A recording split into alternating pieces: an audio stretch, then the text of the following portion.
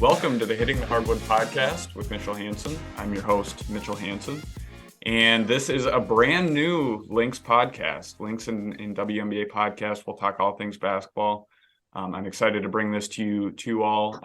My first time actually starting a podcast myself. I've always been provided content in written form. So this is kind of a new form to reach all of you and to provide some content and coverage on the WNBA and basketball and the Minnesota Lynx and everything in between. So thank you for joining, and I hope you enjoyed the podcast. Today I am welcomed, and I'm thrilled to have my first guest to the podcast. I'm welcomed by Aryeh Schwartz from Winsidr. I'll get to Aryeh in a bit to introduce himself, but I'm really thrilled to have Aryeh with me, and thank you for joining, and thanks for being willing to talk all things Lynx with me. I know we talked in the past about we liking to talk about Lynx, and we could always talk about Lynx, so I appreciate your willingness to join, and I'm excited to talk a little Lynx basketball with you. Can I say long-time listener, first-time caller? No, I'll always down. Honor to be a guest, an inaugural guest, but hey, any excuse to talk about the hometown team and probably give the Winsidr show people a little bit of break about talking about the Lynx is always a good thing. Yeah, and that kind of feeds into your intro.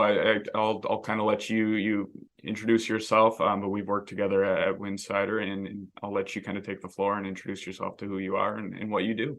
Yeah, my name's Aryeh Schwartz. Like you said, I started Winsidr, lost track of how long ago. My whole spiel is I grew up in Minnesota, diehard Lynx fan, moved out of town and wanted more coverage for the league. So we started an outlet. And from there, it's really grown into, obviously, in my very biased opinion, the best outlet to cover women's basketball in the world. We have an amazing staff.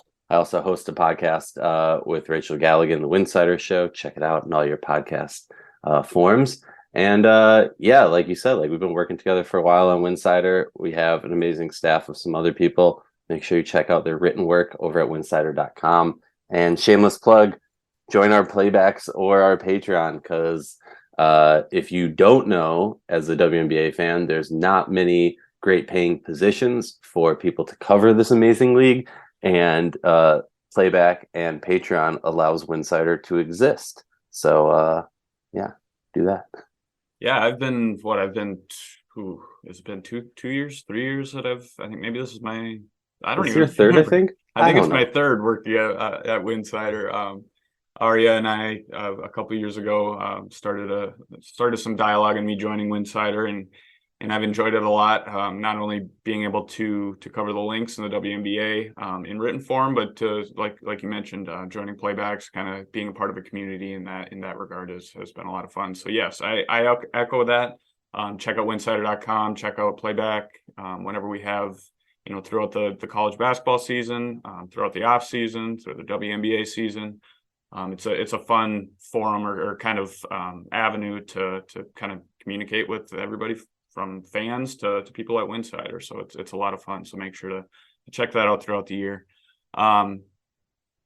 First thing I gotta mention, and the listeners can't see this. I can see this right behind you, but above your right shoulder you have a Seimone Augustus throwback Lynx jersey. Tell me a little bit about that and kind of your fandom for Seimone. Well, first of all, that is a custom made jersey because you were never able to buy that jersey. I have a spending problem. But in my defense, because my firstborn is named Augustus, and I did not think of this, but the benefit is anytime I buy a Seimone jersey, it's just like it's a long-term family investment that I'm going to hand down to him eventually. So, look, my WNBA fandom started with Seimone. I remember going to a Lynx game because there was some cheap ticket deal. Went to the game, saw her, I very clearly Target Center, walking down the stairs, saw her cross somebody over, hit her, classic pull-up jump, and just kind of pranced back on the court. And I was just I don't know who this player is, but I had heard of Seimone, right? Because it was big news when we got her with the first pick. But yeah, from there it kind of just spiraled into me being that one crazy fan who was always screaming at free throws the The fan that took the joys of a more respectful fan base or crowd, and took full advantage of that, because you truly felt like, even in the days where the Lynx were like in the dynasty, right? Our fans are still really respectful and polite. So I was that one who wasn't. So like when everyone else is being quiet and like nice, I was like, "You're gonna miss the shot," and like, whatever. People grow from that point. But yeah, kind of look, in my opinion, Simone's the greatest of all time. I'll die on that hill. I could go on rants forever. The defensive efficiency, the passing ability. If she wanted to rebound, she could. The scoring ability, obviously, the swagger, the accolades. I mean, no rookie still to this day has scored more points than her. But whatever, that's a long tangent. But I mean, I also got over my other shoulder, I got a Lynx basketball signed by Sil. So you got to have the background, you'll get there. Don't worry. Yeah. No, I love the background with all the jerseys and all the swag. And a fun fact or kind of tidbit about Seimone is, well, not fun fact, but just a note on Seimone is that she's one of, and I shared this with you on Twitter, she's one of my favorite athletes I've covered. She just personality wise, she's always respectful and upfront and honest with the media. She's always willing to work with the media. Not too often you get the full package of a player like that or a personality like that, not just in the W, but in general. And that's something that she is one heck of a personality that is fun to just be around, and it's a lot of fun. I'll say this, a story that I don't often tell. My first year covering as a media member, I believe it was 2017. First time covering like a Lynx game. I'm based in DC now. Lynx sweep the Mystics 3-0 in like the semifinals or whatever it was. Forget what the format was at the time. And after in the post game presser, whatever, asking questions, and like the way the arena was set up from the post game presser, you had to like walk around the whole lower bowl to get to the away team locker room. And afterwards, I'm just kind of standing there chatting with some media members, and Reeve and Seimone and Sil walk out, and like Reeve just looks to me because obviously she knew me from my many years of fandom. People don't forget my red hair, apparently. Really sucked for ditching class. But she's like, "Oh, Aryeh, I know you want to talk to Seimone." It's like Seimone literally just like puts her hand around my shoulder and goes, "Let's walk back to the locker room together." I was basically hyperventilating. Like that's the only starstruck moment that I've had in my WNBA. And like, that was, a very full circle, crazy moment that she probably never will remember, but like, that's just who she is, where she just, if she's giving you her attention and hanging out with you or talking to you, like, you're going to feel like the most important person in the world. Mm-hmm. That's just Money Moan. Yeah. That's true. She's great on the court, or was great on the court, and she's even better off. So she's still great on the court if you wanted to. Well, yeah, that's true. That's true. Well, let's dive into talking a little Lynx basketball. Outside of that, first question I had for you is what are your impressions on the offseason so far of Minnesota? I know a lot of people have gotten a little involved with talking about the lack of moves that the Lynx have made. I guess leading into the draft in April, what do you think, or April 10th, I guess it is already April. What do you think about the offseason moves that have made so far, and maybe the lack thereof for the Lynx? Yeah, honestly, like, look, if you're a Lynx fan, I think it's a really disappointing offseason. But I think that a lot of this trails back to not just this offseason. You have to look a few years back. Look, no one is going to sit there and say, it's easy to progress, to shift from being a dynasty that won 4 championships in 7 years to, being still a contender after that starting 5 leaves, right? But what we've seen from 2018 on has been in some cases, slow decline, and in some cases, a very fast decline for this Minnesota Lynx team. And I think a lot of it goes back to, every offseason. And look, a lot of people will call me a hater. A lot of people, some may call me a realist. Whatever you want to say, like to me, it's concerning as an organization, right? For the longest time, the Lynx were the epitome of the best organization in this league. Everyone wanted to play for them. If you were someone like Tina Charles, who's ring chasing in the lates of her career, you wanted to go there. Planette Pearson, Renee Montgomery, all like people wanted to go there to accept smaller roles at small paychecks because they know they were going to be competing for championships and because the organization was run the right way. We're not in that situation anymore. And it's concerning as a Lynx fan, I would think, if you're no longer able to attract those people because of the players that you have.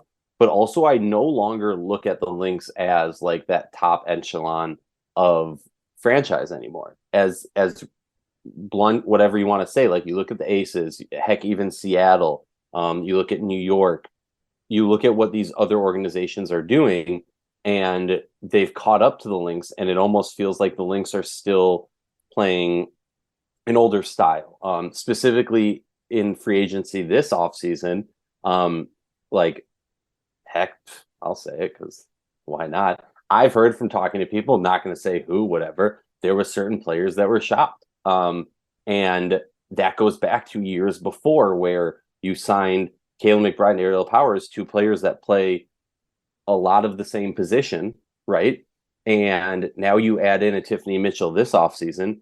So you're combined almost, according to her hoop stats on the contracts, shout out to them, you're combined with like almost 550,000 on those three players that play the exact same position essentially. So like when you're sinking that much of your cap space into that one position, and to be blunt, I don't think any of those players are that next level superstar. Obviously you get Fee coming back. That's a change. Hopefully Dantas can, be the Dantas we saw in the bubble and have some consistency on it. I think there's a lot of questions and a lot of problems. And I know that the defense is, hey, we swung out on Sloot. We swung out on Stewie. We also swung out on Azrae Stevens. So to an effect, like there is an element of like, okay, I understand that, but like it has to be concerning that you swung out on all these people. Like that can't be a good thing. Mm-hmm. Do you think part of that, you kind of talking a little bit about specifically about those three players, or a couple off seasons ago when they went and got Kayla McBride and Aerial Powers and Natalie Chanwa? Do you think part of that? Yeah. Do you think that maybe that was, I know Cheryl Reeve has been kind of out front and honest about wanting to put together a strong team for Sylvia Fowles in the twilight of her career. Do you think that was a part of it, that kind of they swung and missed on that essentially, where they maybe they're trying to put all of their chips in, and now maybe they have to back up a little bit and kind of rethink things? So yes and no. I think unlike a lot of people that I've spoken to, when I view last season, I don't have that. Like, I have a lot of critiques of Cheryl Reeve as GM, right? I don't think she should be GM. I don't think she should be president of basketball operations, only because not as like anything towards her. From my understanding of a power structure, it goes coach, and then right above that's GM, and above that is president of operations. So like, to me, that sandwich just doesn't equate a good, well-oiled machine. But I fully look at last year and go, okay, we know if we thought Angel McCaughtry was going to be healthy for the season, and based on what she was able to do over recent years in Las Vegas or whatever, I'm happy with that move. That does move the needle for me. Like going into last offseason, if you think about it, right? If Leja is healthy, if Angel is healthy, if that's the situation, this is a very, very different looking team with a very different outlook. And then obviously, like, congrats to Fee on her kid. If you have Fee or not, that moves the needle also because she's one of the best players in the world. So I have less frustration towards last season. And last season is the one that I give the excuse of you're trying to put all the chips in for Sill's last run, right? The years before that, to me, it felt like a bad pivot where it, like, again, you sign Kayla McBride and Aerial Powers, so two people in the same position, and then you bring in Natalie Chanwa to back up Sill. And to me, that just didn't really make sense. Like, you already had Dantas, right? We already knew to some extent what we were going to get from some of these players. And it seemed like putting a lot of money for someone who at best was going to be Sylvia's backup, even if you're trying to reduce minutes. So for me, it was just like, instead of trying to lift up the places that there was weakness on this roster, they tried to solidify where there was strength. And like, I just don't think that ever is how it works. I mean, but like, we could go even bigger than this, right? Where it goes to Minnesota not doing player development. Like, Mitchell, you've been following the Lynx for a very long time. Well, like, besides Nafisa, we don't have, sorry, Jessica Shepard and Nafisa are like the only ones we've drafted on this roster, right? Mm-hmm. And you look at this team and it's like, okay, during the dynasty years, when they weren't playing a full 12, right? They still weren't able to like pocket like an Alexis Jones or somebody for enough years to truly build them out and get a better understanding of who they were. Like, to me, that's the bigger fail, is during the dynasty years, the inability to earmark one or two players on a small size contract that they can develop to kind of bridge this gap, because you had to know eventually Maya's going to retire, Seimone, Lindsay, Brunson are going to retire. And so like, so for me, that's another reason why you don't want the coach to be the GM, because normally the coach is a little bit too close to the madness and the GM has a little bit more of that space. I agree with that. I do think that one player that they were hoping would be kind of that bridge or that development, along with the two players you mentioned, was Crystal Dangerfield. I think that was somebody they had hoped would be, the kind of that next floor general, because in any offense, Cheryl Reeve has wanted a floor general. She talks about it now. I mean, she wants a Lindsay Whalen to run this offense, and I think they wanted Crystal Dangerfield to be that kind of, that hidden gem that they found in the second round, but it just didn't get to be that way. And that's something that's happened at multiple positions. And that's to your point, that they've kind of swung and missed on a lot of those players. With that said, what do you think they do in the draft this year? Do you think that they try to do that again? Do they try and find a Nafisa Collier? Well, obviously everybody wants to find a Nafisa Collier in the draft, or anybody that will be a cornerstone of your team and your franchise. But what do you think that they do, not only with that number 2 pick, if they keep that pick, but throughout the draft in general? Yeah, so I guess to me, I should note, as you well pointed out, Nafisa Collier, right? Like, I can say player development and blah blah blah.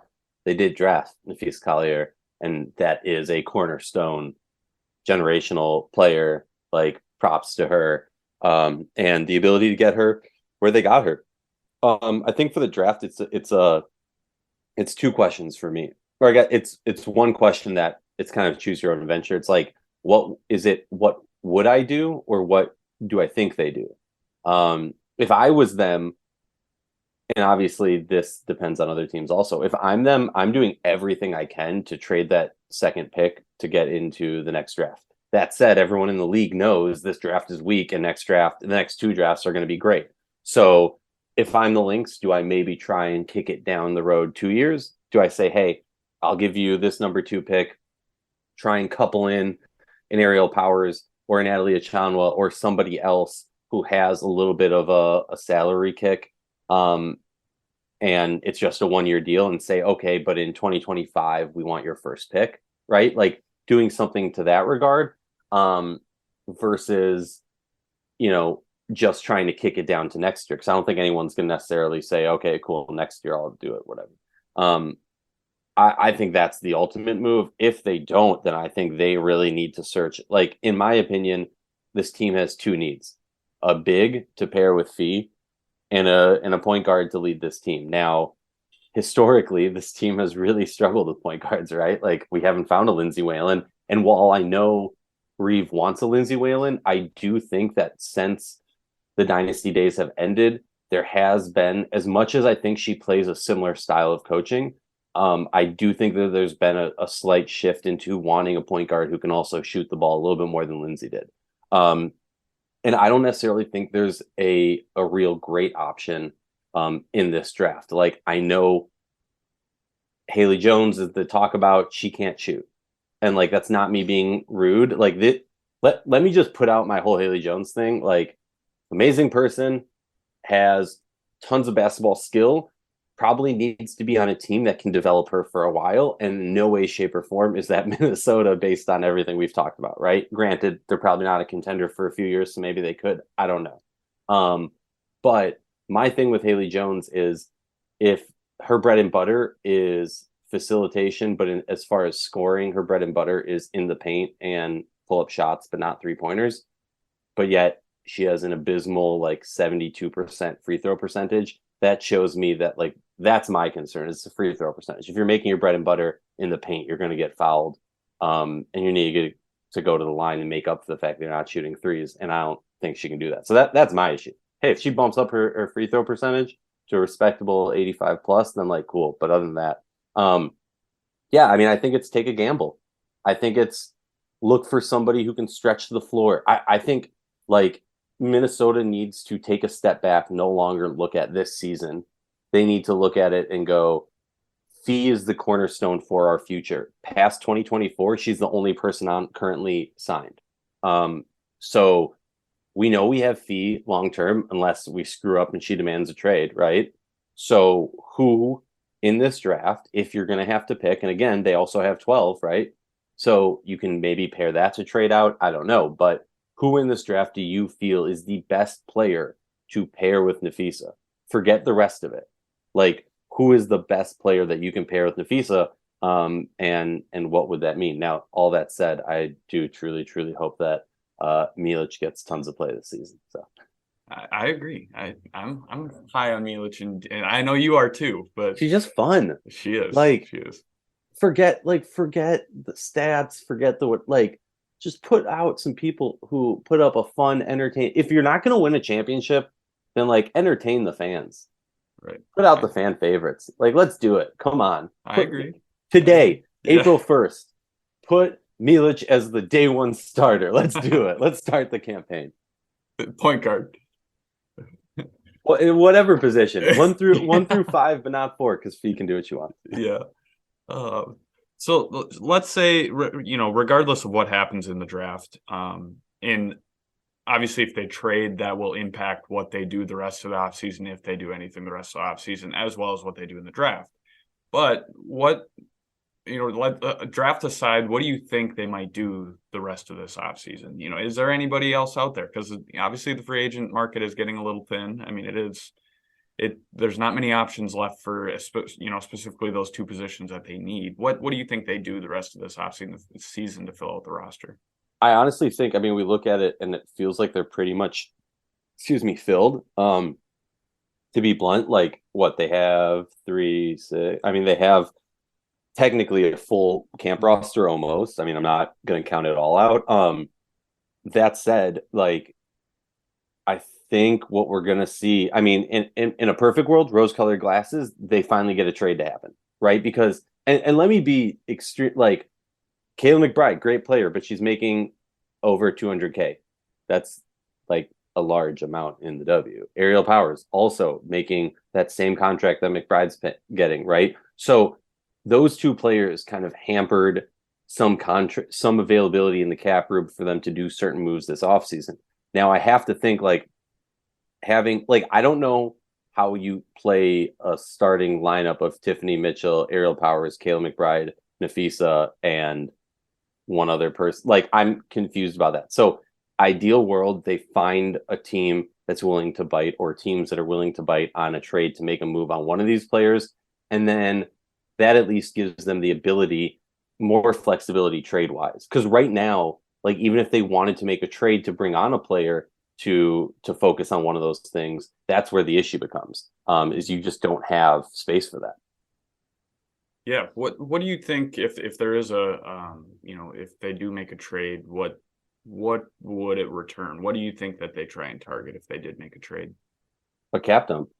To be blunt, like, you want to get rid of Achonwa, Powers, and McBride. I know that obviously based on that list, not, super insightful or whatever, but Powers the player who hasn't been in Minnesota at all this offseason, but is still in America, is the one that's probably on the move, right? Big contract, hasn't really, fulfilled it. I think you're looking at getting a draft pick and maybe like a rookie scale player at that. Here's the thing, in the W, it's never a 1-for-1 trade. It's never an even trade. It's always either a cap dump, a player's demanding a trade, or something. So one team's always kind of getting screwed, and the other team, at best, both teams are like helping each other for their ultimate goals, but often it doesn't work like that.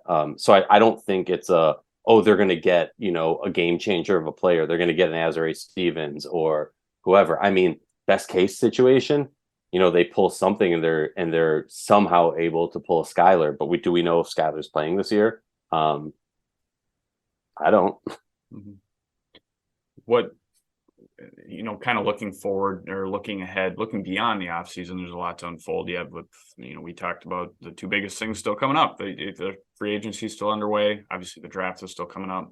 Regardless of what happens, what do you think is kind of the ceiling or the expectation for this team in 2023? Because right now, I'm going to be honest, I don't think they've done enough to really improve off of last year. And, I'll just say they're not. I mean, they're not better than what they were last year because they don't have Sylvia Fowles. And, that makes a big difference, and that's a huge hole.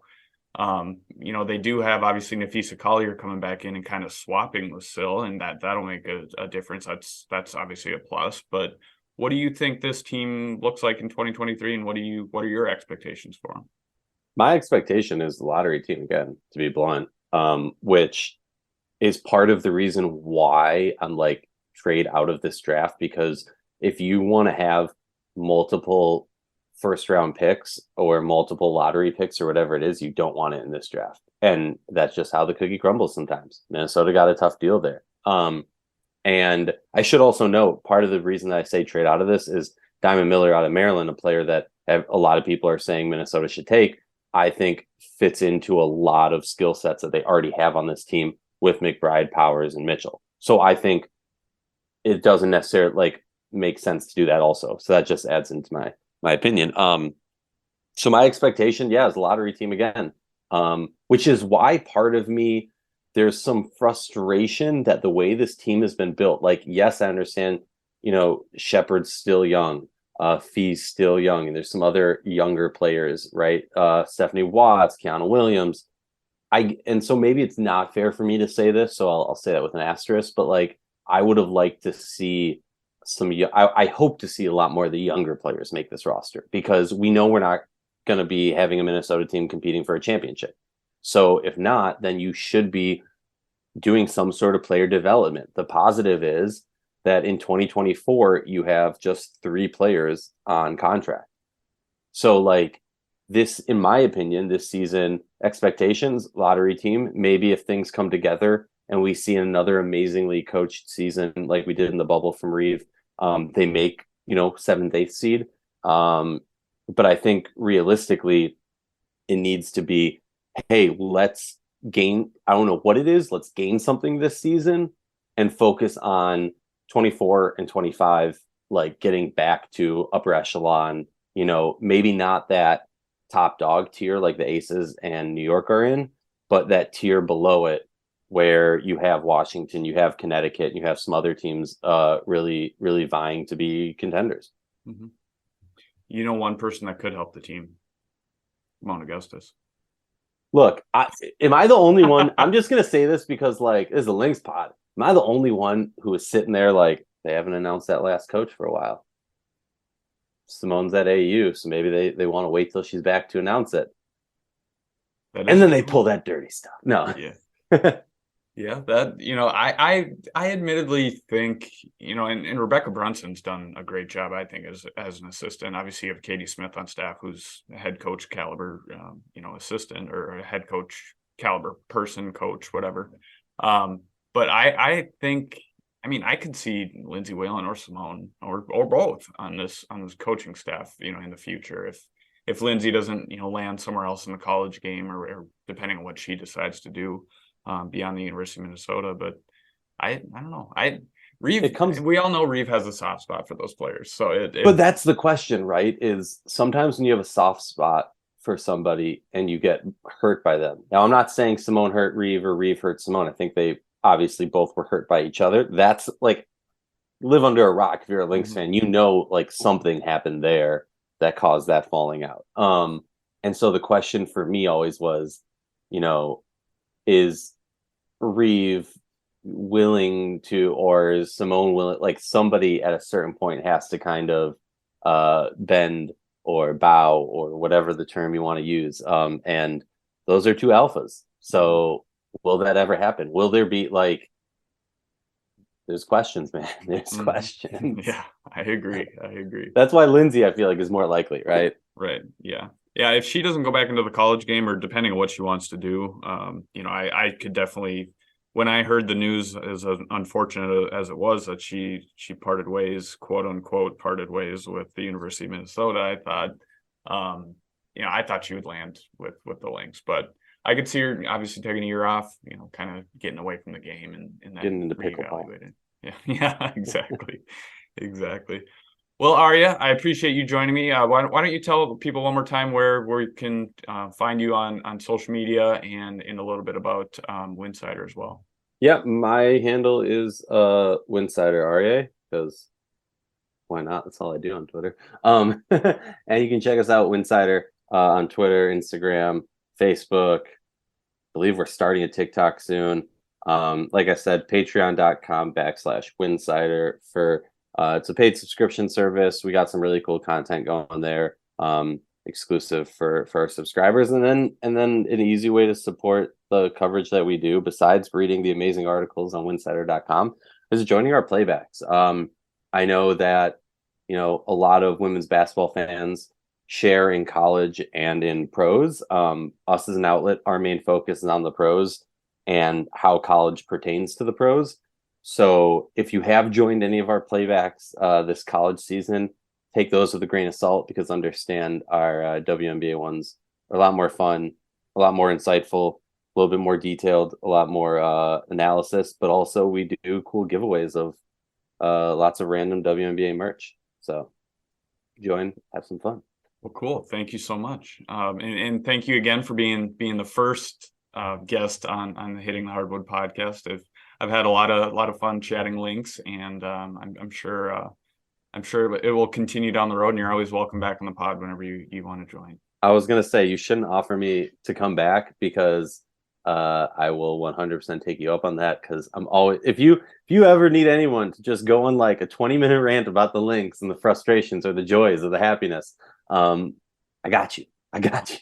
Well, we'll make it a regular thing, or I'll definitely have you back on. But I appreciate you joining and talking a little bit of Lynx basketball with me. Thank you. Hey, best of luck with the podcast. Very excited to listen to it and add it to the queue. Well, thank you very much. I appreciate it. And thank you for listening to the first edition of the Hitting the Hardwood podcast. You can join our Patreon page that I have set up for Hitting the Hardwood to help us support the podcast for now and in the future, to make sure that it lasts, and that we continue to get Lynx coverage throughout the off season, throughout the season, throughout the entire year. You can find that at patreon.com/Hitting the Hardwood. And you can also find Hitting the Hardwood on social media at Hitting Hardwood. And you can find all the podcasts and everything else on those two platforms. Thank you again for listening, and we will see you again soon.